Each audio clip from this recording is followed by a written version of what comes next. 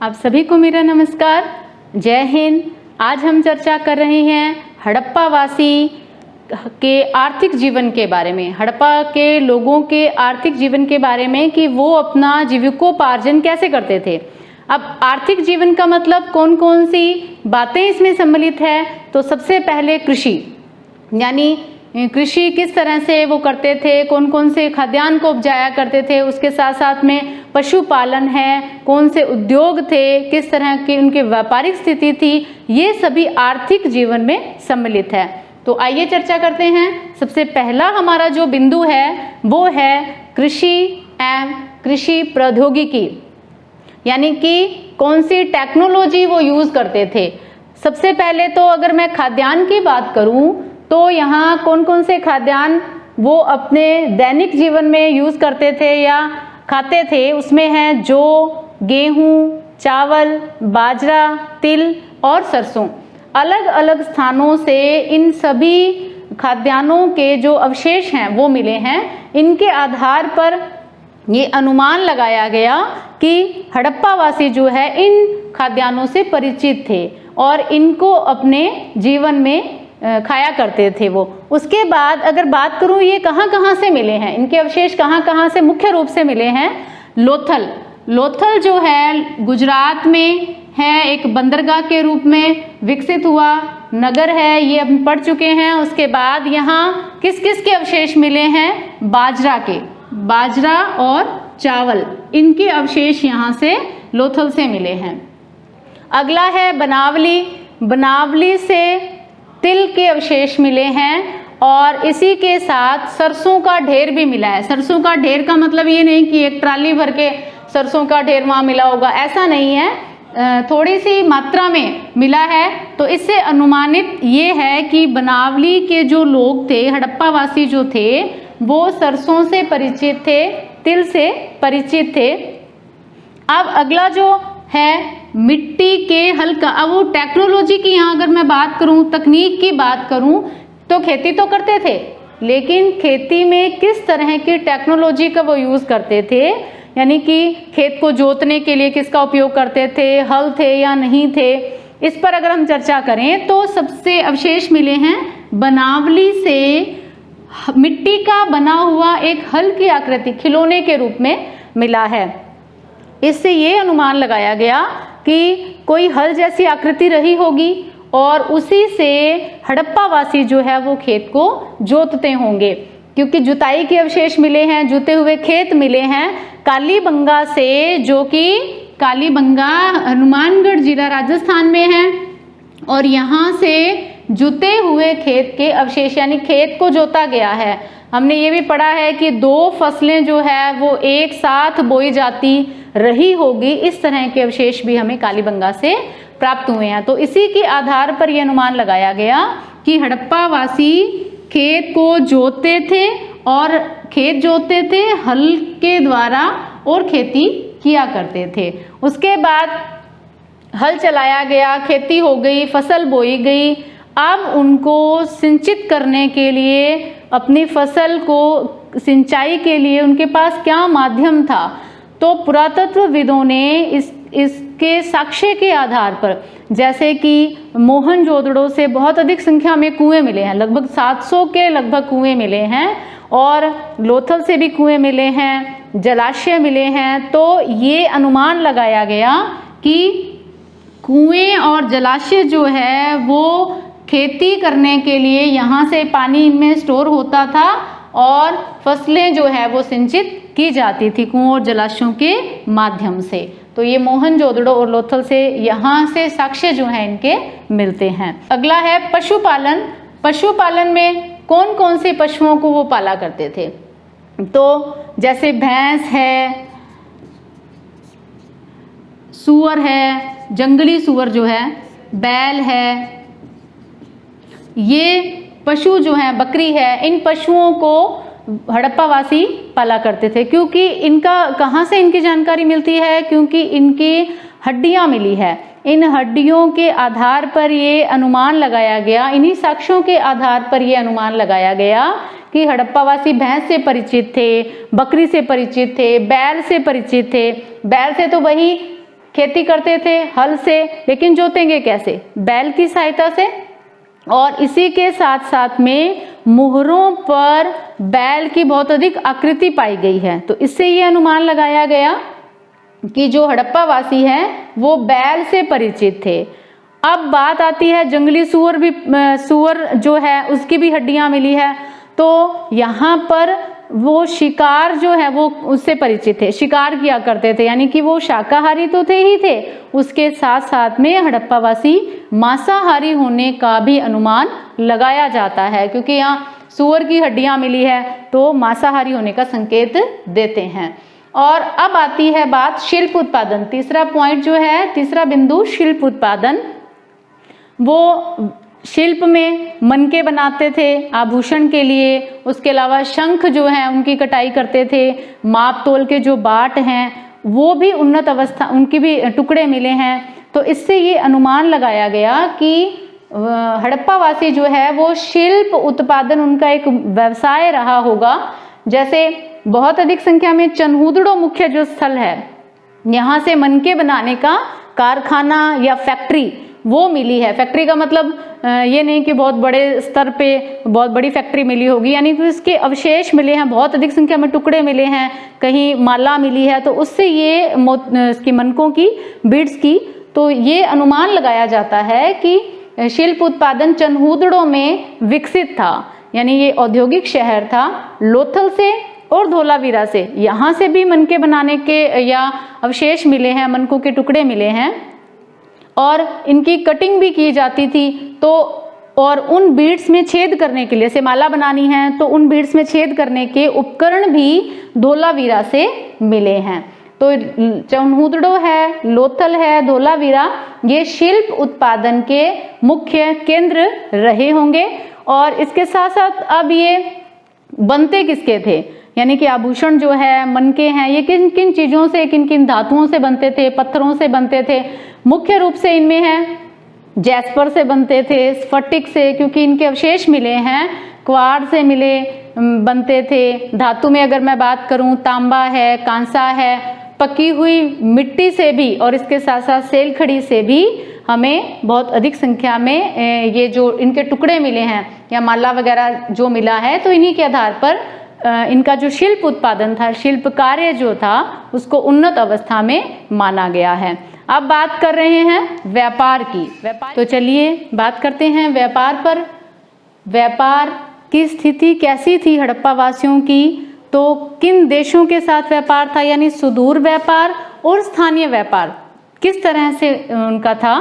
तो अब उनका जो व्यापार था, कच्चा माल कहाँ से मंगवाते थे और तैयार जो माल था उसको किन देशों के साथ या स्थानीय स्तर पर किन किन का आपस में व्यापार होता था? तो व्यापार में सबसे पहले शोरतुगई जो अफगानिस्तान में स्थित स्थल था, वहाँ से लाजवर्द मणि मंगाई जाती थी। ये जो लाजवर्द मणि थी, ये एक बहुमूल्य कीमती रंग का एक पत्थर था, नीले रंग का एक पत्थर था, जिसको मंगवाया जाता था और यहाँ से इसका व्यापार होता था। इसको तैयार करके आभूषण बना करके इसका व्यापार किया जाता था। दूसरा है लोथल से मंगवाया जाता था कार्निलियन।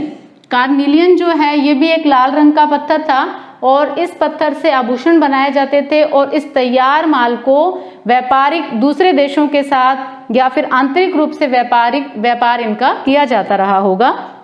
अगला है सेलखड़ी। सेलखड़ी जो है वो दक्षिण राजस्थान और उत्तरी गुजरात, यहाँ से व्यापार किया जाता था और सेलखड़ी से भी मोहरें बनाई जाती थी, मुद्रांकन बनाए जाते थे, आभूषण बनाए जाते थे। तो ये यहाँ से इनका व्यापार होता था। अब खेतड़ी से, खेतड़ी कहाँ है? झुंझुनू में है, राजस्थान में, और यहाँ से तांबा जो है वो मंगवाया जाता था और तांबे से औजार बनाए जाते थे या फिर मूर्तियां हैं, इस तरह के आभूषण हैं, ये सभी तांबे से निर्मित होते थे और ये खेतड़ी से, झुंझुनू से मंगवाया जाता था या उसके किनारे था, बहुत वहाँ से मिल सकता था।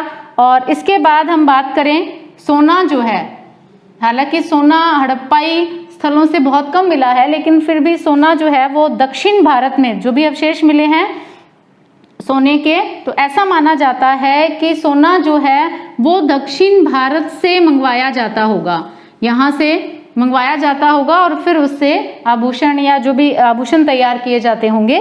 अब स्थल की बात करें नागेश्वर की और बालाकोट की। बालाकोट और नागेश्वर से शंख की प्राप्ति की जाती थी और इसी से ही यानी कि लाजवर्द मणि से, सेलखड़ी से, तांबे से, शंख से, इनसे मनके बनाए जाते थे, आभूषण बनाए जाते थे। तो यहाँ से इनका व्यापार होता था स्थानीय स्तर पर और दूसरे स्थलों से भी, दूसरे देशों के साथ भी।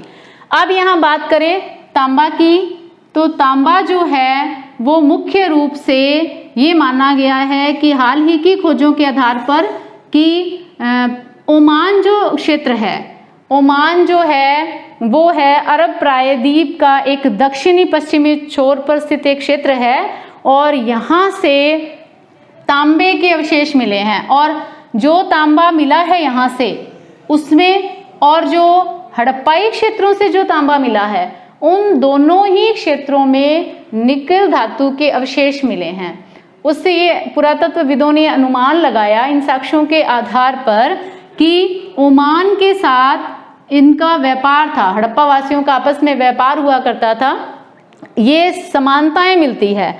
अब यहाँ से क्या है, एक मर्तबान मिला है, ओमानी मर्तबान। ये मर्तबान जो है वो उस पर काली मिट्टी की परत चढ़ी हुई है, यानी कि इस तरह का एक मर्तबान बना मिला है और इस पर काली मिट्टी की एक परत चढ़ी हुई है और इससे ये अनुमान लगाया गया कि इसके अंदर जो भी पदार्थ भरा जाता था, जो भी पदार्थ इसके अंदर भरा जाता था, इस पदार्थ का व्यापार तांबे के साथ होता था। यानी कि ओमान जो है वो तांबे का व्यापार करता था और इस मर्तबान में जो लिक्विड भरा जाता था उस पर काली मिट्टी की एक मोटी परत है ताकि उससे कोई पदार्थ बाहर ना जाए और इसका व्यापार इसके बदले में ओमान से तांबा हड़प्पा वासी जो है वो मंगवाया करते थे। इसका एक अनुमान लगाया गया है। अब ओमान जो है, मेसोपोटामिया के जो लेख हैं वहां पर ओमान का नाम मिलता है मगान। उसमें भी जो तांबा मिला है उसमें भी निकल धातु के अवशेष मिले हैं। ये अनुमानित है कि हड़प्पा वासी ओमान के साथ तांबे का व्यापार करते थे, मेसोपोटामिया के साथ व्यापार करते थे। इसके साथ साथ मोहरें भी मिली है जिससे ये अनुमान लगाया गया है कि इनका आपस में व्यापार था। अब अगली अगर मैं बात करूं तो यहाँ बात आती है मेसोपोटामिया की। मेसोपोटामिया जो है इसके लेखों में मेलूहा शब्द का उल्लेख है, एक अमान शब्द का और एक है मेलूहा शब्द का। ये मेलूहा क्या है, उन्होंने कहा है कि मेलूहा के व्यापारियों के साथ हमारे संबंध थे, यानी कि मेलूहा के जो व्यापारी हैं वो उन्हें कहा गया है, मेलूहा को नाविकों का देश कहा गया है, यानी कि नावों के माध्यम से मेसोपोटामिया का और मेलूहा का आपस में व्यापार था। इसके अभिलेखों में इसका वर्णन किया गया है। और मेलूहा किसके लिए आया है, मेलूहा जो शब्द जो है वो आया है सिंधु प्रदेश के लिए। सिंधु घाटी के जो स्थल हैं, सिंधु घाटी प्रदेशों के लिए मेलूहा शब्द का उल्लेख जो है वो मेसोपोटामिया के लेखों में किया गया है। इससे अनुमानित है कि ओमान के साथ भी संबंध थे, व्यापारिक संबंध, मेसोपोटामिया के भी हड़प्पा वासी के हड़प्पाई क्षेत्रों का इनके साथ व्यापारिक संबंध था। अब अगला जो आता है वो है मोहरें और मुद्रांकन। मोहरें किस किस की बनी होती थी, मोहरें जो है वो धातु की बनी थी, सेलखड़ी की बनी थी। तो व्यापार में मोहरों और मुद्रा का बहुत बड़ा योगदान था। व्यापार जैसे वस्तु विनिमय अधिकतर हुआ करता था, कोई सिक्के नहीं थे तो कोई रुपए नहीं थे उस समय, तो जो भी व्यापार होता था वो वस्तु विनिमय के माध्यम से होता था। अगर वस्तु जो है वो किसी दूसरे स्थल पर पहुंचानी है तो मोहर का क्या काम था, मुद्रांकन का क्या काम था। जैसे सपोज कीजिए किसी थैले में कोई वस्तु डाल दी गई है और उसका कसकर मुंह बांध दिया गया है और उसके ऊपर सील लगा दी गई है, मुहर लगा दी गई है जिस क्षेत्र से उसको भेजा गया है। जब उस पर सील लगा दी गई और जब वो दूसरे स्थान पर अपने गंतव्य पर उस सामान को पहुंचाया जाता है तो अगर वो सील को नहीं छेड़ा गया है, छेड़छाड़ उसके साथ नहीं की गई है, इसका मतलब वो सुरक्षित है। इसी के लिए मोहरों और मुद्रांकनों का प्रयोग किया जाता था और ये तांबे से बनी हुई होती थी। ज़्यादातर गीली मिट्टी से इसका इस्तेमाल किया जाता था, क्योंकि गीली मिट्टी होती है, जब हम उस पर छाप लगाते हैं तो वो थोड़े सूखने के बाद वैसी की वैसी एज इट इज़ रह जाती है, तो इसीलिए ज़्यादातर गीली मिट्टी का इसमें प्रयोग किया जाता था। फिर बात आती है लिपि की। ये हमें ज्ञात है कि हड़प्पा वासियों की जो लिपि थी, सिंधु घाटी सभ्यता की जो लिपि थी वो थी चित्रात्मक, क्योंकि उसे अभी तक पढ़ा नहीं जा सका है, चित्रात्मक थी। लेकिन ये माना जाता है कि हड़प्पा वासी जो थे वो निरक्षर नहीं थे, दाईं से बाईं ओर लिपि लिखी जाती थी। क्योंकि इसका अनुमान कैसे लगाया गया कि जब दाईं ओर से लिखना उन्होंने स्टार्ट किया और बाईं ओर जाते जाते अक्षर जो है वो छोटे होते गए या पास पास लिखे गए। जैसे हम भी कॉपी में लिखते हैं और लिखते लिखते लास्ट में जगह कम बचती है तो हम छोटे छोटे लिखना स्टार्ट कर देते हैं, तो यही अनुमान यहाँ से लगाया गया कि दाईं से बाईं ओर हड़प्पा वासी जो है वो उनकी लिपि जो थी वो लिखा करते थे। और इसके साथ साथ जो लिपि है उसमें सबसे बड़ा जो अभिलेख है अभी तक 26 अक्षरों का मिला है, जिसे अभी तक पढ़ा नहीं जा सका, लेकिन वो निरक्षर नहीं थे, उनकी साक्षरता जो है वो यहाँ झलकती है लिपि से। अब बात आती है बाट की। बाट किस तरह के थे? बाट जो थे वो घनाकार आकृति के थे। बाट दो तरह के हुआ करते थे, दो तरह की माप हुआ करती थी। एक जो मिली है माप वो तो है धातु की बनी हुई, और दूसरी जो थी वो थे मनकों की बनी हुई, यानी हल्की वस्तुओं को तोलने के लिए, जैसे कि कोई आभूषण तोलना है उसके लिए अलग से बाट हुआ करते थे, और कोई भारी वस्तु बड़ी वस्तु जो है उसको तोलना है उसके लिए थोड़े बड़े हुआ करते थे माप। इस तरह के बाट जो हैं वो मिले हैं। अब यहाँ पर बात आती है अनुपात की कि किस अनुपात में, एक तो निचले मानदंड के थे बाट और दूसरे जो थे वो थे ऊपरी मानदंड के। जो निचले मानदंड के बाट थे वो थे, इनका माप इनकी क्या थी, जैसे 1, 2, 4, इसमें 6, इस तरह इनकी माप थी। और जो दूसरा जो बाट है ऊपरी मानदंड के वो आधारित थे दशमलव पर, जैसे 16 है, 64 है, इन पर आधारित थे। दो तरह के बाट हुआ करते थे। तो बच्चों आज हमने जानी इनकी पूरी की पूरी आर्थिक जीवन के बारे में। हड़प्पा वासियों की अर्थव्यवस्था कैसी थी, वे अपने जीवन का निर्वाह कैसे करते थे, क्या माध्यम थे जिसमें हमने कृषि पढ़ा, पशुपालन पढ़ा, उनका शिल्प उद्योग पढ़ा, व्यापार, और ये जो अभी आज हमने पढ़ा इस सभी की जो डिटेल है प्रश्न उत्तर के माध्यम से डिस्क्रिप्शन बॉक्स में आपको मिल जाएगी। तो आप पढ़ते रहिए, नोट्स बनाइए। मिलते हैं अपने अगले वीडियो में। धन्यवाद।